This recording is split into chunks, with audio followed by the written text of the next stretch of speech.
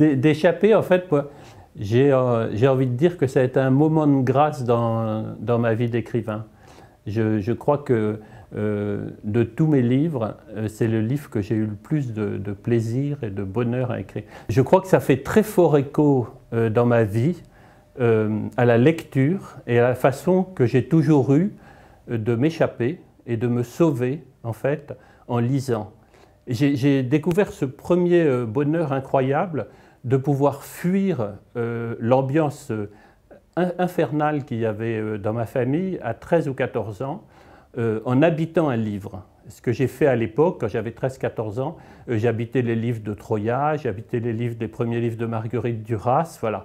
Et à l'origine d'Échapper, il y a la façon dont je me suis réfugié dans un livre, dans un moment extrêmement difficile de ma vie. Je me suis réfugié dans le livre de Siegfried Lenz, La leçon d'allemand, que j'avais curieusement jamais lu. Et ce livre m'a tellement habité, en fait, que j'avais eu un désir incroyable de retrouver les lieux du livre de Lenz. Et je suis parti m'installer à Huzum. J'ai commencé à parler aux gens pour savoir s'ils avaient connu les personnages de Lenz. Et après, comme ça, des jours et des jours, à pédaler, à marcher dans ces paysages d'une beauté incroyable, j'ai fini par retrouver la maison du personnage principal de Siegfried Lenz, qui est ce peintre, qu'il appelle Hansen dans son roman, mais qui en vérité est Emil Nolde, le peintre allemand, magnifique, dont je connaissais un peu les toiles. Et en fait, je me suis mis à hanter la maison d'Emil Nolde. Je ne savais rien d'Huzum et de sa digue sur la mer du Nord avant de découvrir La leçon d'allemand, le livre de Siegfried Lenz.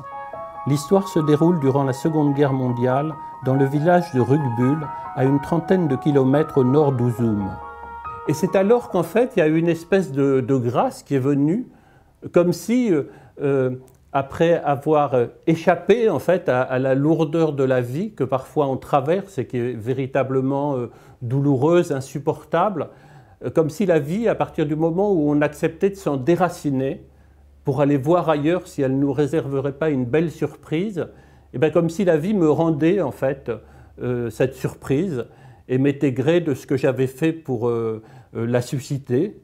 Et en fait, à partir du moment où j'étais à l'intérieur de cette maison d'Emil Nolde, tous les personnages de mon roman sont apparus. C'est-à-dire que je travaillais intensément sur qui avait été Emil Nolde, qui est un personnage qui me passionne, dont la vie a été marquée durant la Seconde Guerre mondiale par la façon dont les nazis ont véritablement tenté de l'anéantir. Il était le peintre phare de l'exposition Art dégénéré, montée par Goebbels.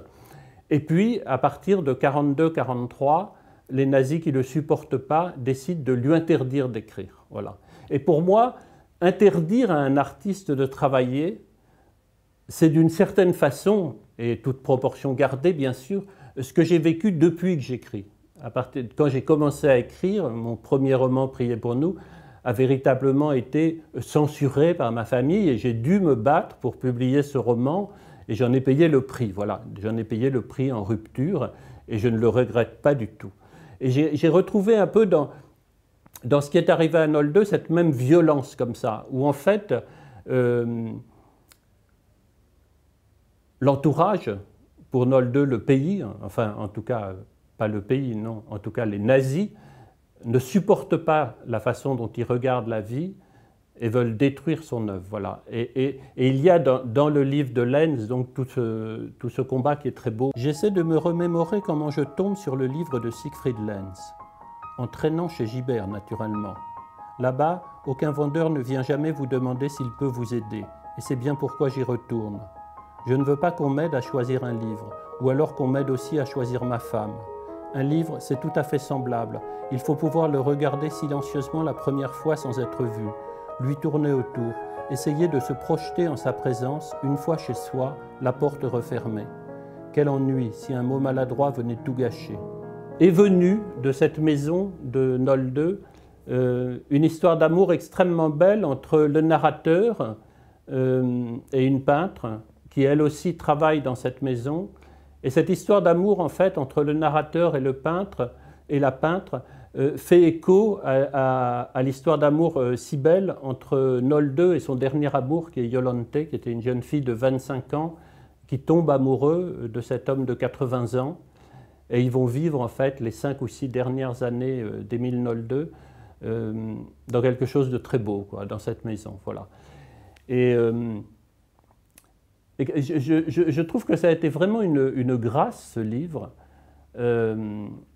parce que j'ai tellement aimé être là-bas, j'ai tellement aimé écrire ces 2 histoires d'amour croisées, j'ai tellement aimé en fait tous les personnages de ce livre, voilà, que j'ai le sentiment d'avoir fait un livre à la fois extrêmement joyeux, extrêmement réparateur, et je n'aime pas tous mes livres, voilà, il y a des livres de moi que j'ai écrits parce que je veux écrire sur tout, mais parfois des livres que je trouve incandescents et qui, d'une certaine façon, me sautent au visage une fois qu'ils sont finis. J'aime profondément ce livre. Il marque pour moi, en fait, la fin d'un cycle que j'ai ouvert en 2010 avec Le Chagrin. Et je vois bien maintenant ce que j'ai voulu faire. Entre Le Chagrin, Colère, L'hiver des hommes, Vertige. Et puis je suis heureux, en fait, de fermer ce cycle-là avec Échappée, qui est un livre profondément vivant.